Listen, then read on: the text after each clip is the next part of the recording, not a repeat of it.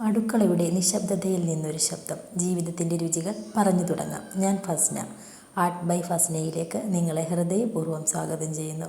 ഇവിടെ പറയുന്നത് ഓർമ്മകളെയും ചിന്തകളെയും കുറിച്ച് മാത്രമല്ല, ഓരോ ദിനത്തിൻ്റെയും ചെറിയ സ്നേഹ നിമിഷങ്ങളും കൂടിയാണ്.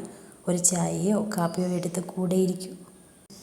ഇന്ന് നമുക്ക് സംസാരിക്കാം കുട്ടികളിലെ പിടിവാശി. നമ്മുടെ കുട്ടികൾക്ക് ചിലപ്പോഴൊക്കെ പിടിവാശി കാണിക്കാറുണ്ടല്ലേ?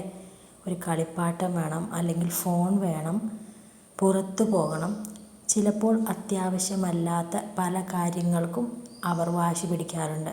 പക്ഷേ അതെല്ലാം വെറും ദേഷ്യം മാത്രമല്ല, അവരിൽ നിന്നുള്ള ഒരു സൂചന മാത്രമാണത്. എന്നെ ശ്രദ്ധിക്കൂ, എന്നെ മനസ്സിലാക്കൂ എന്നൊരു വിളി കൂടിയാണത്. അത്തരം സമയങ്ങളിൽ മാതാപിതാക്കളായ നാം ആദ്യം ചെയ്യേണ്ടത് ശാന്തത പാലിക്കുക എന്നുള്ളതാണ്. കുട്ടി കരഞ്ഞു കിടക്കുമ്പോൾ നാം ദേഷ്യപ്പെടുകയോ ശബ്ദമുയർത്തുകയോ ചെയ്താൽ അവരിൽ ഭയമുണ്ടാക്കുകയോ അവഗണനയോ മാത്രം സൃഷ്ടിക്കാൻ നമുക്ക് പറ്റുള്ളൂ. പകരം നിശ്ചലമായിരുന്ന് അവർ എന്താണ് ആഗ്രഹിക്കുന്നത് എന്ന് കേൾക്കാൻ ശ്രമിക്കണം. കുട്ടികൾ വാശി പിടിക്കുന്നു. നമ്മളെല്ലാവരും മാതാപിതാക്കളായി നേരിടുന്ന ഒരു അനുഭവമാണല്ലോ ഇത്. ചെറുപ്പം മുതൽ അവർക്ക് തങ്ങളുടെ ഇഷ്ടം ഉറപ്പിക്കുവാനുള്ള ഒരു സ്വഭാവമുണ്ട്. പക്ഷേ നമ്മൾ അതിനെ എങ്ങനെ കൈകാര്യം ചെയ്യുന്നു എന്നതാണ് പ്രാധാന്യമർഹിക്കുന്നത്. ആദ്യമായി നാം മനസ്സിലാക്കേണ്ടത് പിടിവാശി കുറ്റമല്ല, അത് അവരുടെ വ്യക്തിത്വം വളരുന്നതിൻ്റെ ഭാഗമാണ്. അവർക്ക് സ്വന്തം അഭിപ്രായം ഉണ്ടാകാൻ തുടങ്ങി അതിൻ്റെ പ്രകടിപ്പിക്കൽ ആണ് അവർ ശ്രമിക്കുന്നത്. പക്ഷേ പലപ്പോഴും നമുക്ക് അന്ന് സമയം കുറവായിരിക്കും, ജോലിയിലെ പ്രഷറും ഉണ്ടാകും. അതുകൊണ്ട് നമുക്ക് എളുപ്പം ദേഷ്യം വരാനും സാധ്യതയുണ്ട്. അപ്പോൾ നമ്മൾ ഒച്ച വച്ചോ അടിച്ചോ അവരെ മിണ്ടാതാക്കും. പക്ഷേ ആ കുട്ടി അകത്തേക്ക് അടങ്ങിയത് മാത്രമാകും അതാണ് നമ്മൾ ഒഴിവാക്കേണ്ടത്. അതിന് പകരം ആദ്യം ശാന്തമായി കേൾക്കാൻ ശ്രമിക്കുക.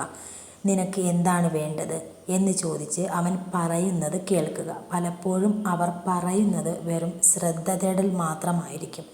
പാരൻസ് നിഷ്പക്ഷമായി കേൾക്കുമ്പോൾ കുട്ടിക്ക് ഒരു സുരക്ഷാ ബോധമുണ്ടാകും. രണ്ടാമതായി, പരിധികൾ വ്യക്തമാക്കുക.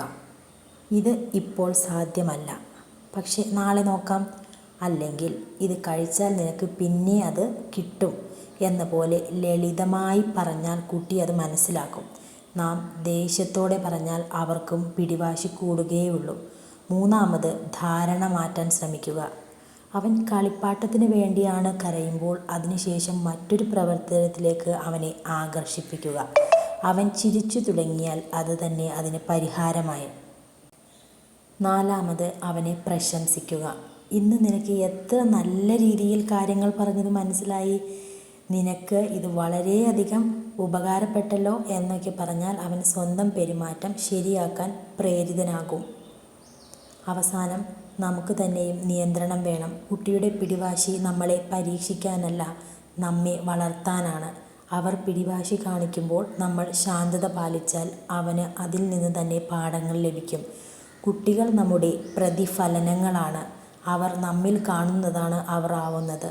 അതിനാൽ അവരെ മനസ്സിലാക്കിയും സ്നേഹത്തോടെയും സമീപിക്കണം. അത് അവരുടെ വളർച്ചയ്ക്കും നമ്മുടെ ബന്ധത്തിനും ഒരുപോലെ അനുഗ്രഹമായിരിക്കും.